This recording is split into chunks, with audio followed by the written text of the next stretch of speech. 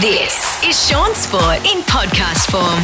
Well, the big names keep on coming. Matthew Hayden, one of the greatest Australian cricketers we've ever had, has just popped in to join us for our last show. Haydos, good morning, mate. Yeah, good morning. It's lovely to be here. Can't say it's a lovely day, but it'll do, won't it? It's not raining and we're not getting blown off the face of the earth, so it's pretty good. We'll take it, right? Yeah, absolutely. Hey, mate, we're just talking about how much cricket there is in at the moment, but we spoke to Huss just the other day, actually it was last week. Yeah. And he was a part of England winning. Yeah. You were a part of the Pakistan team in a massive way this year. You said that nicely, didn't it? Yeah. I was a part of the losing side. Well, Actually, it was good, though, because, obviously we did have Huss there, but we also had Matthew Motta, Queenslander, who was the coach of the side. So even before the game, there was that sense of, one of us is going to be on the right side of the equation here. And Pakistan did well to make the final. I mean, and it was our mate Ryan Campbell. It was his mob, the Netherlands, that got Pakistan into the finals. I owe him a couple of You cartons. do, don't you? Yeah, we're in the right place for that. But if he was here, I'd buy him a beer for sure. Yeah. Oh, I'll unlock the store and we'll do that for free. There you go. It's amazing the way that game, T20 in particular, can turn on a dime, can't it?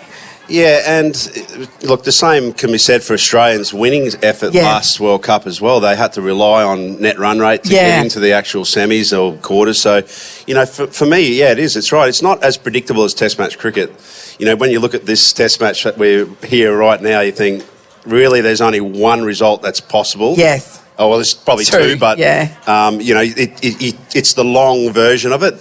2020 cricket, it's over in, as you said, it just turns on a dime and before you know it, you're on the wrong side of it. That's what makes it exciting, though, in my opinion. Yeah. Well, I'll tell you what, you are covering all the action on Channel 7 for the Test match. And Nathan, I talk a lot of cricket during the season with Nathan here, and he wants to go to sleep because... Yeah, not interested? Mate, not interested, but yet I'm the only person that's played at the Wacker. And you haven't... Did you do any good? No. But you were out there. It was the opening batsman with the Premier. Yeah. Went out there. It was a charity match. I've batted against Mitch Marsh. Johnson. Oh, Mitch Marsh, yes, and I introduced... Gary? Mate, I cut my finger.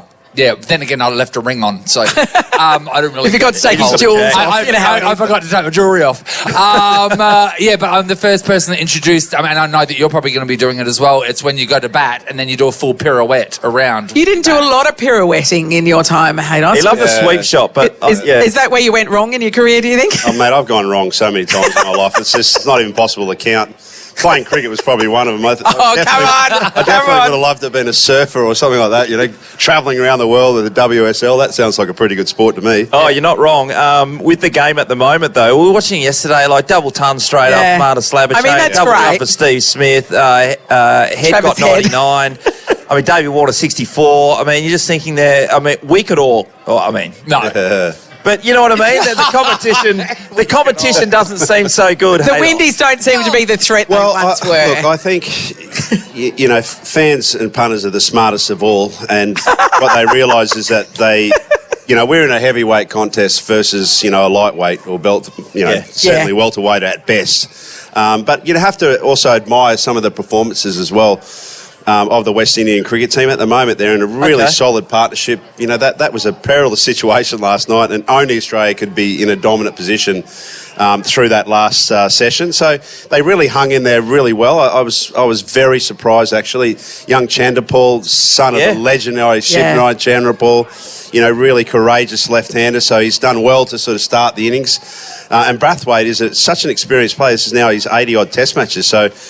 lots to look forward to in terms of the future of West Indies cricket, who are sort of drawn to the T20 version of the game. They're drawn to America's competitions as well, basketball, baseball, so lots of challenges. And we do forget they're not just one nation. No, that's right. It's a tricky situation, isn't it? Trying to glue them together. Ian Bishop on the coverage on 7 last night was talking about that.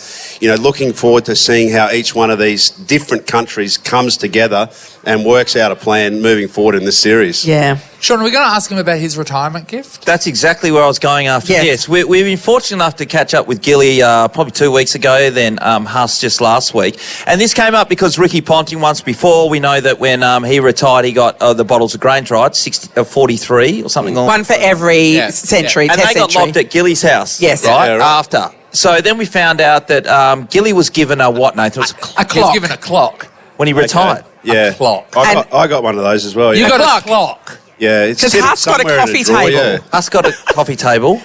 Yeah. A coffee table that he could display his Coffee baggy machine green and things would be in. good, wouldn't it? Coffee machine. Machine would be. So you got a with clock children, as well. With children and not much to do in life post-cricket, surely, at least you could stay awake anyway. What did your clock look like? Clock, I said. Clock. Yeah, that was a bit of... Yeah. Brother, come on. It's early in the Do you morning. have a big clock or an It's a grandfather clock, David. I'm guessing it's wood. Could be. No, actually, it's crystal. I think it was a little... Crystal? I think it was a Tiffany clock by memory. A Tiffany clock. That's what a- every cricketer wants. Every manly and sports person. it wasn't silver. It wasn't crystal. I think it was like a silver. A silver Tiffany clock. Tiffany clock. Yeah, it was only quite a small one.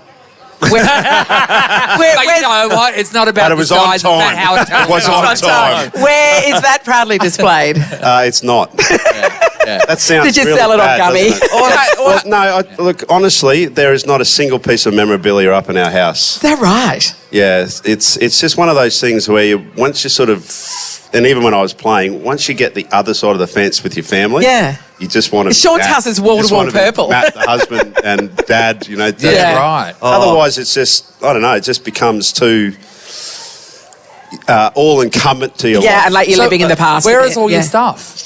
It's actually in my office, so I proudly, call all my memorabilia is there. Which you walk in and it's just.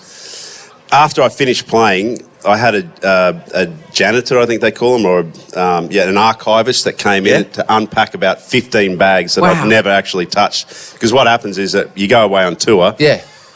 The next time you have a completely different set of kit with different sponsors, right. so you just leave it all unpacked. So the role of the janitor was to go through these 15 bags and basically rip out, different, probably very mouldy shirts.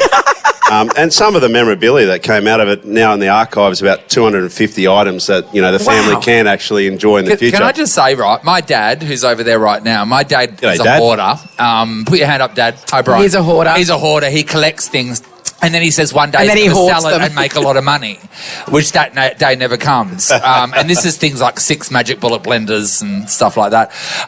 You actually you're sitting on a gold mine. You're sitting on a gold mine whenever you want to get rid of this stuff. Look, it's really good from the point of view is that you travel somewhere and you'll have a piece of memorabilia that's, significant to you. Like I took the kids to Lord's one day and kind of wound them up around, getting onto the oval, how sacred it was when I first saw it and how you weren't allowed on there. So I took them to the sideline and they're like, Dad, you can't go out there. There's no way. And I said, no, I think we'll be right. Next minute, groundsman's like storming off in our direction.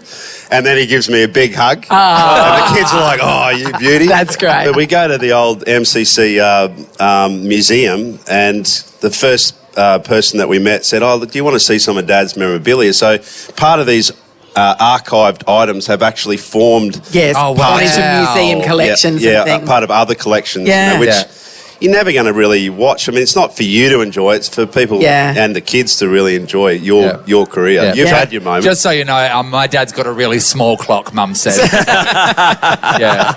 And she's been left with that for a long time. See, if he had a different look on his face, I'd believe you. But he's one of those, quiet one. Yeah, son, I know what I've got, son. Don't worry about that. Hey, some of the stuff that you're talking about, in the games themselves, when you finish a test match and overseas or wherever it is, everyone runs to get a stump or stuff. Yeah. How does that get handed out? It doesn't. Usually that person's like your dad, a hoarder. And and he'll take that stump. And they're a bit overrated, actually, although...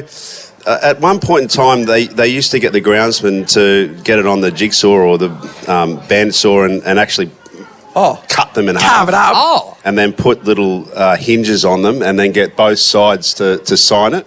And I thought that was a pretty cool idea. Yeah. I haven't got one of those, but Yeah.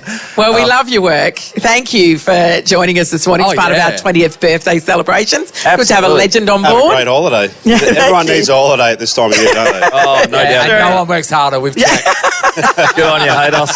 Enjoy the commentary box for the next couple of days. Yeah, the great Matthew Hayden, everybody. Shaun Sport is a Nova podcast. For more great comedy shows like this, head to novapodcast.com.au.